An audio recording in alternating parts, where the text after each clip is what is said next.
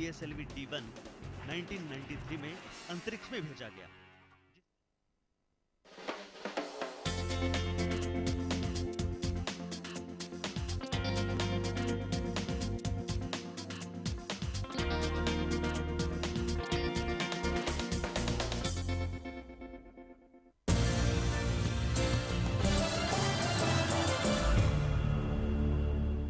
नमस्कार, मैं हूं अवनिंद्र आशुतोष।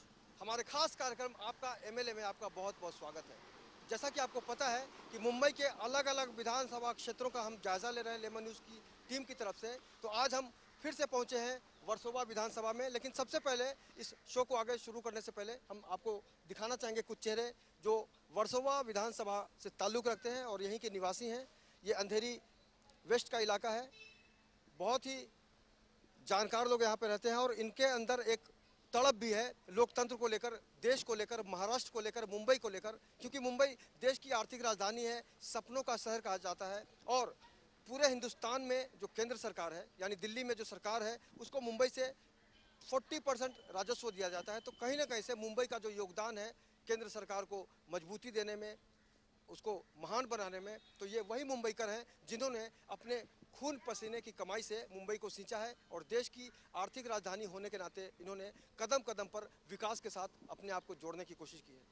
आज हम कांग्रेस एनसीपी की बात करें, भारतीय जनता पार्टी, शिवसेना, आरपीआई गठबंधन की बात करें, तो कहीं ना कहीं से हर तरफ एक टेंशन चल रहा है सीटों को लेकर, गठबंधन को लेकर। जनता कन्फ्यूज़ है। इसलिए आज हम शिवसेना और भारतीय जनता पार्टी के सारे कार्यकर्ताओं से आपको मिलवाएंगे कि वाकई इस पूरे मसले को लेकर ये क्या सोचती हैं। और यहाँ के जो एमएलए हैं, लोकप्रिय एमएलए कह सकते हैं आप उनको, जो कभी नज़र नहीं आते, उनका नाम है बलदेव खोसा जी, जो कांग्रेस से ताल्लुकात रखते हैं। लेकिन इनके जरिए हम जानेंगे कि बलदेव खोसा साहब ने 5 सालों में क्या किया, कितनी बार इनके पास आए, क्योंकि एक बार कोई आमदार हो, खासदार हो या फिर नगर सेवक हो, जीतने के बाद वो कहीं से भाव भेद नहीं कर सकता। लेकिन इनसे हम जानेंगे कि बलदेव खोसा जी के प्रति क्या राय रखते हैं।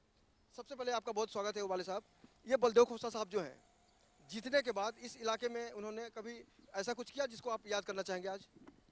कुछ करने की बात तो छोड़िए कि बलदेव खोसा को अगर इस अम्बोली एरिया का ये सरोटा पाड़ा है, अगर कहीं किसी को दिख गया होगा तो मैं जो शर्त बोलने के लिए वो हारने के लिए तैयार हूँ। जब से बलदेव खोसा पिछले 10 साल से जीता है, इस सरोटा पाड़ा में अम्बोली की ये जो बस्ती है यहाँ पर कदम तक नहीं उसने रखा हुआ है। और तो और दूसरी बात, विकास कार्य का काम देखोगे तो ना के बराबर है। ये स्कूल का रोड है, इसको एमबीएम रोड कहते हैं। ये रोड के लिए हम पिछले 3 साल से जद्दोजहद कर रहे हैं महानगर पालिका के लिए कि ये रोड जो है पूरी तरह से बनाया जाए। बरसात में ये खड्डे वगैरह सब होते हैं, तो बलदेव खोसा जी को एप्लीकेशन दिया गया था स्कूल की तरफ से कि ये रोड जो है आप आपके फंड के मार्फत इसको दुरुस्त करके एक अच्छा सीमेंट कॉन्क्रीट का रोड बनाओ। पिछले 3 सालों से अब तक उसका फॉलोअप करने के बाद में ना फंड मिला ना कुछ मिला। ये रोड की जो जो समस्या है जो के तो है। और दूसरी बात आप देखेंगे यहाँ के बस्तियों में कभी स्लम का डेवलपमेंट का कार्यक्रम, जिस तरह से स्लम के लिए उनको डेवलपमेंट के लिए पैसे आते हैं, फंड आता है, वो फंड यहाँ पे पिछले, मैं तो बोलूँ जब से 25 सालों से आज तक कांग्रेस के है वो, तो कांग्रेस की तरफ से भी कहीं यहाँ पे फंड का काम देने का हुआ नहीं है, ना कि गलीचे वस्ती सुधार का काम हुआ है। यहाँ की जनता जो है बलदेव खोसा को खाली कभी किसी ने नाम लिया हो या जानती होगी, शक्ल से ना सूरत से तो बलदेव खोसा को तो पहचानती नहीं है। यहाँ महिलाएं कभी झूठ नहीं बोलती हैं, लेकिन पॉलिटिक्स में नेताओं के ऊपर अलग अलग तरीके से लोग सोचते हैं। और उबाले साहब का काम है विपक्षी होने के नाते, क्योंकि महाराष्ट्र में कांग्रेस एनसीपी की सरकार है और लगातार विपक्ष का काम होता है कि सरकार के ऊपर आरोप लगाना, उनको रास्ता दिखाना। लेकिन इनकी जो जो जो भी बातें हैं, इनका साफ साफ कहना है कि इस 5 साल में बलदेव खोसा साहब ने कुछ भी नहीं किया। महिलाओं से जानते हैं जो शिवसेना से जुड़ी हुई हैं। मैडम, आपका नाम बताइए। प्रेमा कदम। कदम जी, आप ये बताइए कि आप किस तरह से सोचती हैं, क्योंकि आप विपक्ष में हैं, लेकिन विपक्ष होने के नाते विरोध करना तो बिल्कुल जायज़ बात है। आप एक निवासी भी हैं यहाँ की, आपने कभी महसूस किया कि बलदेव खोसा साहब ने कुछ किया यहाँ पे या नहीं किया? देखिए, पहला जो अभी खासदार का चुनाव हुआ उसमें मैंने वो कांग्रेस के एक को पूछा कि तुम लोग तो इलेक्शन में आते हो, 5 साल में किधर रहते हो? तो बोलते अरे मैं तो नगर सेवक नहीं हूँ। खुद नगर सेवक बोला कांग्रेस का, तो क्या हजम का दुकान निकल के बैठा है? अभी इधर तो पानी इतना बहता है, भरता है, कभी एक दिन 26 जुलाई में इतना जनता बहती थी, वो भी नहीं आया। खाली मतदान के लिए आते हो। तो जनता का तो कुछ ये निकालो ना तुम कि बाबा मैं चुन के आया हूँ, मैं एक नगर सेवक हूँ। और जो उनको बोलने जाओगे तो उनके लोग दादागिरी से बात करते हैं। एक तो उनको ऑफिस तो मालूम नहीं पड़ता। नहीं, उनका नाम बलदेव है ना, तो बल तो लगाएंगे ही। बलदेव खोसा को तो हम लोग ने देखा नहीं है, खाली चुनाव में उसका कटआउट लगता है तो नाम पता है, बाकी उसको देखा नहीं है कभी। अभी जो नगर सेवक है वो तो एक दिन भी नहीं आया है। फिल्मों में हम देख लेते हैं, सीरियलों में देख लेते हैं अपने पसंदीदा किरदारों को, लेकिन नेताजी आप कहाँ जाते हैं, आपको जनता नहीं देख पाती। आप सोचिएगा ज़रूर कि अपन जो सुन रहे हैं, महसूस कर रहे हैं, उसके पीछे का जो सच क्या है। आप अपना नाम बताइए। लक्ष्मी कड़वीकट्टे। आप लक्ष्मी जी हैं, आपने कभी भी बलदेव जी को देखा है यहाँ पर? बिल्कुल नहीं देखा है, आज तक नहीं देखा है। वो यहाँ आया भी नहीं, पूछने को किसी को आया, कोई काम नहीं किए। समस्याएं किस तरह की हैं यहाँ पे आपके इलाके में? बहुत है समस्या, तो पानी की है, गटारें भरती है, गटर साफ नहीं करते हैं। हम लोग खुद पैसा डाल के किसी को बुला के करते हैं साफ। ऐसा बहुत, आप जाके देखेंगे तो मालूम पड़ेगा आपको। नगर सेवक नहीं है, ये कांग्रेस का नगर सेवक है। अभी शिवसेना वाले तो काम करते ही है। मैं एक पार्टी के होते इसके लिए नहीं बोल रही हूँ, लेकिन ये आम जनता की समक्ष तो शिवसेना छुड़ाती है। हम लोग दोनों बीजेपी और हम लोग दोनों साथ मिलके काम करते हैं। एक कांग्रेस के तो चुन के जाते हैं, एक बार जाते हैं तो पीछे देखते भी नहीं कि मेरी जनता है, मेरे जनता ने मुझे चुन के दिया है। जनता का मतलब सिर्फ वोट तक होता है ऐसा शायद लगता होगा, लेकिन ये जो जितने लोग हैं सबके मन में कुछ ना कुछ सवाल होगा कि 5 सालों में विधानसभा के जरिए जो आमदार, जो एमएलए, जो विधायक जो कर सकता है सरकारी फंड के जरिए, अपनी इच्छा शक्ति के जरिए, उसके बावजूद मुंबई जैसे इलाके में, अंधेरी वेस्ट इलाके में विकास नहीं होता। सड़कों की बात होती है, गड्ढों की बात होती है, पानी की बात होती है, तो समझा जा सकता है कि नेताजी कहीं ना कहीं से आरोपों के घेरे में कसते आ रहे हैं। सर अपना नाम बताइए। मेरा नाम राकेश दिवाकर है। मैं इधर वार्ड 57 से बोलना चाहूँगा कि यहाँ के एमएलए बलदेव खोसा जी हैं। पब्लिक बोल रही है यहाँ पे कभी नज़र नहीं आते वो, और रोड की समस्या है, यहाँ गटर की समस्या है, यहाँ कोई साफ़ सफाई नहीं होती है, गटर भर जाते हैं। और ये रोड के लिए कुछ दिनों से हमारे सीनियर लोग जद्दोजहद कर रहे हैं, लेकिन अभी तक रोड का कोई बनावट नहीं है ना। आरोपों की झड़ी कमी नहीं है। ये बताइए भाई साहब, अभी आपने देखा सीटों के बंटवारे को लेकर शिवसेना हो, बीजेपी हो, कांग्रेस हो, एनसीपी हो, आरपीआई हो, कोई भी हो, आपको नहीं लगता कि सारे मतभेदों को भुला के काम करना? अभी ये नया ऑलरेडी नया चेहरा चाहिए, क्योंकि ऑलरेडी ये सारे लोगों को देख देख करके हम लोग थक गए हैं। कांग्रेस तो बिल्कुल नकम्मा है, काम के बोलेंगे तो बिल्कुल ही बेकार है, कोई काम का नहीं है। हर एक गली, हर एक रोड पे कहीं पर भी जाएंगे। शिवसेना का सीएम होना चाहिए कि बीजेपी का? क्योंकि बीजेपी शिवसेना गठबंधन और बीजेपी शिवसेना को रहना ही चाहिए, क्योंकि ऑलरेडी ये लोग अपना हर चीज़ को बराबर देखते हैं। हर गली में लोग कार्य करता है और सही तरह से काम करते हैं, लोगों को हर चीज़ का तकलीफ़ों को समझते हैं। तो इसके लिए बीजेपी शिवसेना को ज़रूरी है रहना, क्योंकि ऑलरेडी हर चीज़ को सबसे बड़ा लोगों को, पब्लिक को काम करना चाहिए। लोगों को अंदर जो तकलीफ़ है वो चीज़ को सुनना चाहिए। तो ये लोग ऑलरेडी अपना खाली ऑफिस में एसी रूम में बैठे रहेंगे, ऑलरेडी पब्लिक का बिल्कुल नहीं ध्यान देते हैं। खाली इलेक्शन जब भी आएगा, वोटिंग का समय आता है, तभी वो लोग ध्यान देते हैं। उसके बाद में उनके ऑफिस में जाओ तो साहब है नहीं, हैंगे रहेंगे तो भी बोलेंगे नहीं है। ऐसे ऐसे ऑलरेडी वो जवाब मिलता है, फिर बोलेंगे 4 बजे आओ, 6 बजे आओ। लोग जा के परेशान हो जाते हैं और फिर अपने खुद के पैसे डाल करके सारा काम जो भी होता है, छोटा मोटा जो होता है, कंप्लीट करते हैं। तो ऐसे नगर सेवक, ऐसे ऑलरेडी अपना खासदार जो भी है, ऑलरेडी लोगों की ज़रूरत क्या रहेगा जब पब्लिक का ऑलरेडी अपना काम नहीं कर सकते, तो फिर मतलब नहीं रहता है। तो इसके लिए ऑलरेडी नया चेहरा, नया लोग, विकल्प चाहिए। इनके कहने का मतलब है विकल्प चाहिए। और बलदेव खोसा जी, अब कहीं से आपकी जो इलाके के जो वोटर्स हैं वो अब विकल्प की बात कर रहे हैं। आपको कितना अजीबोगरीब लगेगा ये तो वक्त बताएगा, लेकिन इनके अंदर की जो सोच है उसने कहीं ना कहीं से इस पूरे माहौल को, आप भाई साहब अपना परिचय बताइए। जी, मेरा नाम पवित्र कुमार नायर है। मैं भारतीय जनता पक्ष का, मैं फिल्म इंडियन टीवी सिनेमा का, मैं संघ का मैं उपाध्यक्ष हूँ, मुंबई उपाध्यक्ष, व बेसिक के ऊपर मैं विभाग सचिव हूँ। मैं सबसे पहला आपके चैनल लेमन टीवी का मैं शुक्रगुजार हूँ कि कम से कम आपके माध्यम से जनता कितनी त्रस्त है। जनता के साथ में जो मतलब जो फंसाने का काम हुआ है ये 10 सालों में, ये आपके चैनल के माध्यम से लोगों को मालूम पड़ेगा। ये जो आने वाला जो चुनाव है, इसमें आप अपना लोक प्रतिनिधि जो चुनेंगे उसको आप बेहतर चुनिए। 10 साल जिन्होंने अपनी शक्ल नहीं दिखाई, इलेक्शन आने के टाइम पे इनको अपने वादे, इनके फतवे, इनको सब याद आती है। वो टाइम पे स्लम की, झोपड़पट्टी की समस्या, गटर की समस्या, रोड की समस्या इनको याद आती है। लेकिन एक विधानसभा का जो लोक प्रतिनिधि होता है, चाहे वो कांग्रेस हो, चाहे राष्ट्रवादी कांग्रेस हो, चाहे कोई भी पार्टी का, चुन के जाने के बाद में वो लोक प्रतिनिधि है, ना वो कोई कांग्रेस पार्टी है राष्ट्रवादी का। वो चुन के जाने के बाद उसको उसके मतदार संघ का, उनके मतदार जो है, उनके जो जो जो लोग हैं, उनके गली में फिर चाहे वो वार्ड 57 हो, 53 हो, 54 हो, 55 हो, 56 हो, चाहे 58 हो, उनको अपने वार्ड में आकर के उनको हर लोगों की अपनी समस्याएं उनको सॉल्व करनी चाहिए। लेकिन हमारे आमदार साहब को तो समय ही नहीं है, उनको टाइम ही नहीं है। वो एक बार चुन के गए, अभी देखिए अभी इलेक्शन डेट डिक्लेयर हो चुका है। अब जैसा इलेक्शन का डेट फाइनल हो गया, वो फॉर्म भर देंगे, जब कैंडिडेट का डिक्लेरेशन हो जाएगा फिर इनका वापस प्रभात फेरी चालू। हिमाद्री तुंग शुंग से प्रबुद्ध शुद्ध भारती स्वयं प्रभा समझ चलो पुकारती चलो, ये क्या है? What is this nonsense? आप लोग प्रतिनिधि हो, चुन के आए हो, लोगों के लिए काम करो।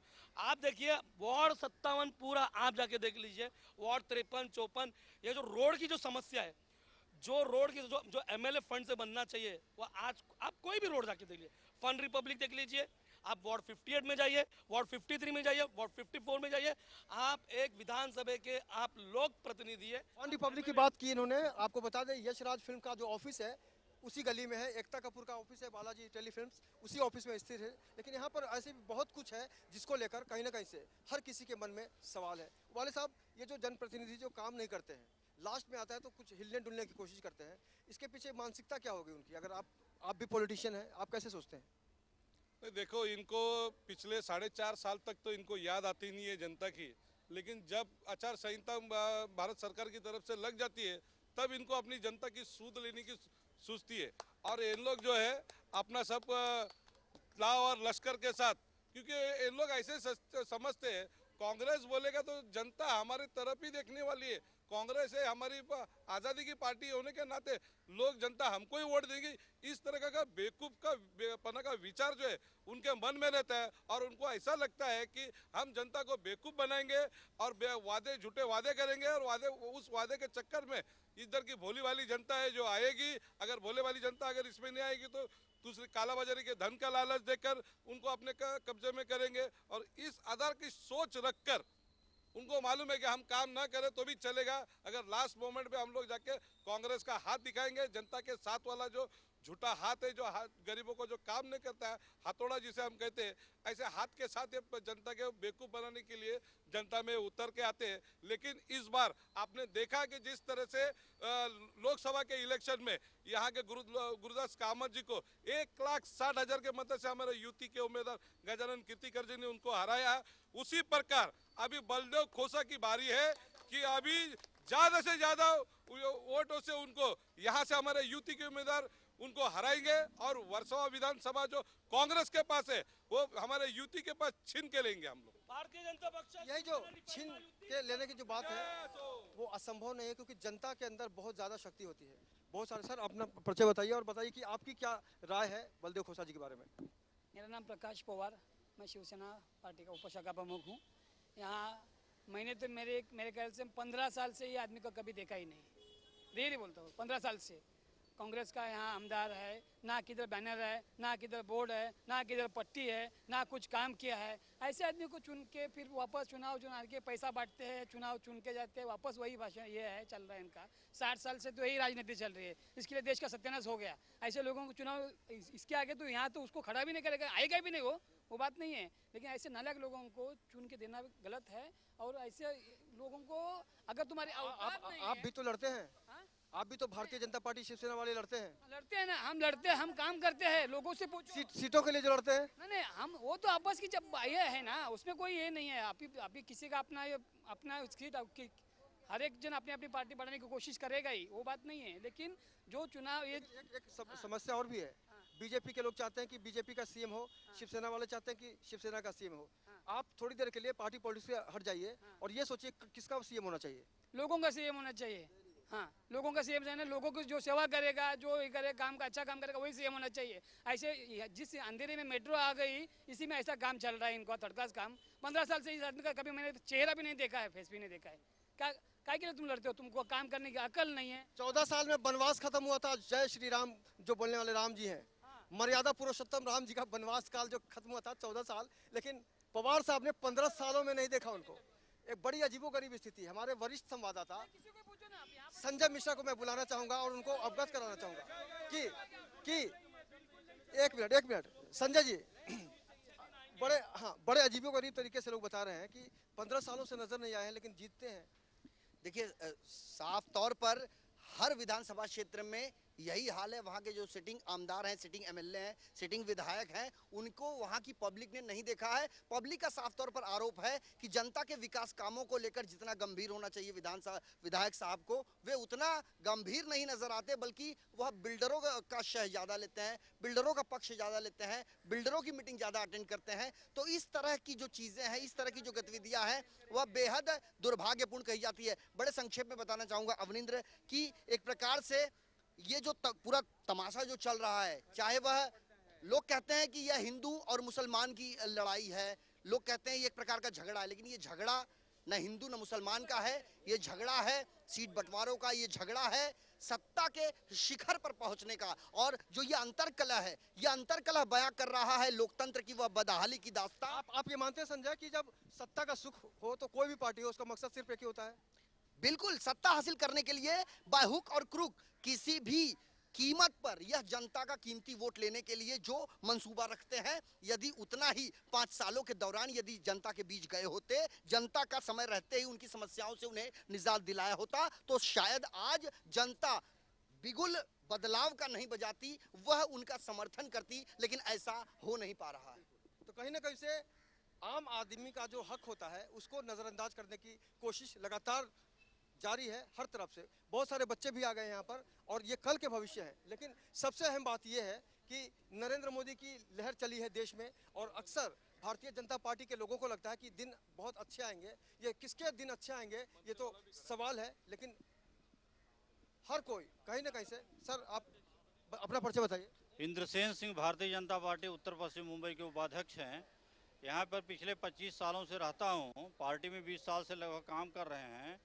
यहाँ पे जो ये है 57 नंबर वार्ड। आप लोग कांग्रेसियों का विरोध तो करते हैं, एनसीपी वालों का भी विरोध करते हैं, जब वही लोग अपनी पार्टी छोड़ के आपकी पार्टी में शामिल होते हैं तब क्या गुजरती है आपके ऊपर? नहीं, अगर कोई विचारधारा बदल के आता है, पहले से अपने हमारी विचारधारा से जुड़ा हुआ है, वो आता है तो हम लोग स्वागत करते हैं। और उसमें कल तक तो था मैं आशिक तुम्हारा, आज तुम्हारे बच्चों का मामा बन गया, ये कहना चाह रहे हैं आप? अभी जो है हमारी परंपरा रही अतिथि देवो भव। हमारे यहाँ जो अतिथि के रूप में आता है, हमारे घर में हमारे परिवार से जुड़ता है, उसका हम लोग स्वागत करते हैं। ये बड़ा अच्छा तर्क है कि हमारे पास विचार बदल के जो आता है उसका हम स्वागत करते हैं। लेकिन कहीं ना कहीं से हर कोई एक सवाल ये पैदा हो जाता है। संजय, एक बार फिर से आपसे जानना चाहेंगे कि जो विचार बदल के आते हैं उनका स्वागत है, अगर विचार नहीं बदलेंगे तो विरोध करेंगे। देखिए, एक प्रकार से हर चुनाव के समय ये देखा गया है कि जोड़तोड़ की जो राजनीति है वह प्रबल है हर बार के चुनाव में। और खास करके सीटों के बंटवारों को लेकर अब तक जो निर्णायक भूमिका कोई भी राजनीतिक दल नहीं ले पाई है, उसमें कहीं ना कहीं से ऐसा लगता है कि पार्टी में कहीं बगावत का बिगुल न बच जाए, बंडखोरी बड़े पैमाने पर ना हो। इसको देखते हुए कहीं ना कहीं अपने पत्ते पार्टियां नहीं खोल रही है। लेकिन अंतत्वागत्वा भारतीय जनता पार्टी और शिवसेना की जो युति है वह 25 सालों की है और उसका वृक्षारोपण किया था शिवसेना प्रमुख बाला साहेब ठाकरे और स्वर्गीय प्रमोद महाजन ने मिलकर। और इस महाराष्ट्र की राजनीतिक पृष्ठभूमि में एक क्षेत्रीय पार्टी, एक दबदबा रहा है शिवसेना पार्टी का, और वहीं दूसरी तरफ मोदी का जो लहर पूरे भारतवर्ष में देखा गया है। तो अब बदलाव का बिगुल बज चुका है। जनता अपने विधायकों से संतुष्ट नहीं है, चाहे वह शिवसेना के ही विधायक क्यों ना हो। उनके भी इलाके का हमने दौरा किया था, बांद्रा पूर्व विधानसभा क्षेत्र में प्रकाश बाड़ा सावंत वहां पर है। ऐसी कोई बात नहीं है। कुछ लोगों का ये कहना रहता है कि हम वन साइड खबर दिखा रहे हैं, लेकिन वन साइड खबर दिखाना हमारा मकसद नहीं, किसी को नीचा दिखाना हमारा मकसद नहीं। सच्चाई पूरी पारदर्शिता के साथ अपने इस टीवी न्यूज चैनल पर प्रसारित करना, ये हमारा मकसद है। हमारा मकसद ये भी है कि जनता के साथ तो हम लगातार अपने कार्यक्रम के जरिए उनकी भावनाओं को आपको पहुंचाते रहे। लेकिन आज हमारे साथ शिवसेना और भारतीय जनता पार्टी पक्ष के लोग हैं, मनसे के भी लोग शामिल हैं। लेकिन ये जो महिलाएं हैं उनसे हम जानने की कोशिश करेंगे कि 5 सालों में 5 साल, ये बताइए 5 सालों में किस तरह की समस्याएं रही। और बलदेव खोसा साहब कभी आपके पास आए? बलदेव खोसा ये कौन है हम जानते ही नहीं इनको, क्योंकि हमारे यहाँ आके देखिए इतने नाले भरे हुए हैं, गटर सब एकदम टूटे फूटे हुए हैं, पीने का पानी की समस्या है। वो गटर का पानी हम लोग पी रहे, आज नल का जो पानी आ रहा है वो गटर का पानी हम लोग पी रहे। इतनी गंदगी है वहाँ पे, आप आके देखिए उधर क्या हाल है। कुल मिला के असंतुष्ट है और हर कोई एक बदलाव चाहता है। महाराष्ट्र नवनिर्माण सेना प्रदीप रामचंद्र पांचाल, मैं मनसे शाखा अध्यक्ष हूँ। ये बताइए